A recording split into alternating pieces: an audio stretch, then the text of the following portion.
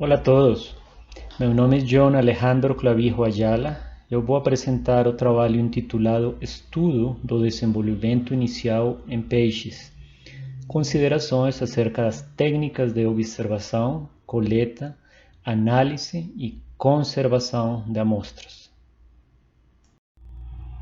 O estudo do desenvolvimento inicial em peixes auxilia na compreensão da ontogenia inicial das espécies, na identificação de amostras de ictioplâncton, auxilia no desenvolvimento de técnicas apropriadas na aquicultura, aporta informações relevantes para estudos de morfofisiologia, para estudos de conservação, mas são bastante frequentes erros na colheita do material. Isso gera distintos artefatos nas amostras, conduz a distintos artefatos nas amostras, o qual gera falsas interpretações. Também são frequentes descrições incompletas, o qual compromete a aplicação mesma dos resultados. Talvez o primeiro que você deve tentar definir é qual é o tipo de desenvolvimento que apresenta a espécie ou as espécies alvo do seu estudo. Isso lhe permite definir a priori quais são os momentos mais interessantes, mais importantes para a coleta das amostras. Em termos bastante gerais, as espécies de peixes brasileiros apresentam um desenvolvimento indireto. Isso que quer dizer que elas eclodem em um estadio larval bastante incipiente, bastante subdesenvolvido e totalmente dependentes de nutrição vitelina. A minha proposta nesta apresentação é a elaboração de fluxogramas de coleta de amostras o mais simples e objetivos possíveis. Isso vai influir diretamente na qualidade dos seus resultados. Defina claramente qual que é o objetivo da sua pesquisa, como será coletado o material, quais análises você vai fazer com esse material coletado e que tipo de recipientes de coleta você vai utilizar. Esse último ponto pode parecer trivial, mas é tudo o contrário. Se você utilizar um recipiente inadequado, ele pode alterar as características da sua amostra e comprometer todo o resultado da sua pesquisa. A seleção do fixador é fundamental.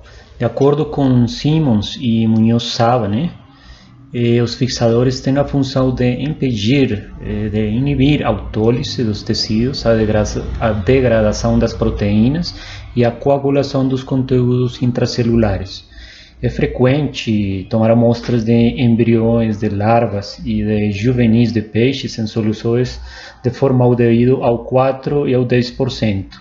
Antigamente se usava carbonato de cálcio ou borato de sódio como neutralizante, como buffer neutralizante, mas hoje em dia se prefere o uso do tampão fosfato. O borato de sódio e o carbonato de cálcio não têm uma boa estabilidade ao longo prazo.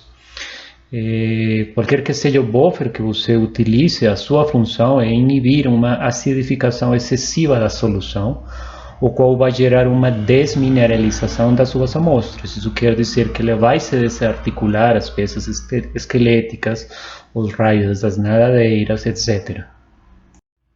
O fixador ideal para análises moleculares é o álcool etílico analítico, pois ele preserva justamente os enlaces covalentes do DNA, que é aquilo que você vai analisar. É frequente que aquelas amostras fixadas em formol sejam transferidas para um conservante final, e o mais frequente é o álcool etílico ao 70%. Esses conservantes são soluções germicidas que impedem a contaminação bacteriana das suas amostras e a degradação dos exemplares. Tem outros tipos de álcool metílico, álcool isopropílico, mas aquele que apresenta as melhores características e a maior estabilidade no tempo é o álcool etílico. Você só deve ter cuidado, a precaução de transferir as suas amostras desde o fixador até o conservante final, em uma série gradativa. Inicialmente você lava com água destilada e posteriormente vai aumentando a concentração do álcool até atingir os 70%.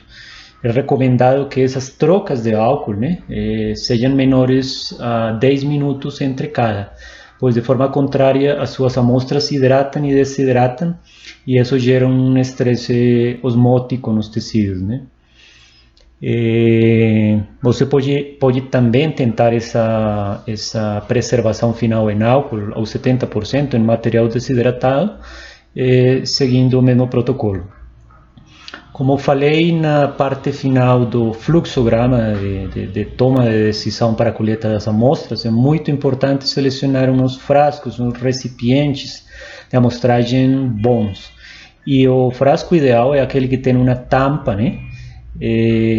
Tem um recipiente transparente, o qual permite observar claramente o conteúdo do frasco sem precisar abri-lo, e entre a tampa e o recipiente se encontra um selo, que não é outra coisa que um anelzinho de goma, de borracha, de plástico, que impede a evaporação do líquido. A maneira de ilustração, temos aqui distintos recipientes, distintos frascos, nos quais se coleta geralmente embriões e larvas de peixes. Os mais baratinhos são aqueles Eppendorf, né? Mas temos outros frascos, né? Os mais indicados são aqueles, como eu falei, transparentes. Neste caso são frascos de vidro, que tem uma tampa de plástico que impede a evaporação do líquido. Esses frascos ainda podem ser estocados dentro de outros frascos maiores de plástico, e entre os dois você coloca a identificação da sua amostra. Antigamente, os Vacutainer, que são aqueles frascos hematológicos, vinham em vidro, né, e com uma borracha bastante resistente. Eu tenho material fixado faz mais de 15 anos nesse tipo de frasco, perfeitamente preservados, e essa tampinha de borracha impede totalmente a evaporação do líquido. Material que tem sido destinado para aquela coloração diferencial em Alcian Blue e em Alizarin Red, né, para diferenciar a cartilagem e o osso, se preserva em glicerina pura, né, com adição de alguns cristais de timol para evitar a aparição de fungos.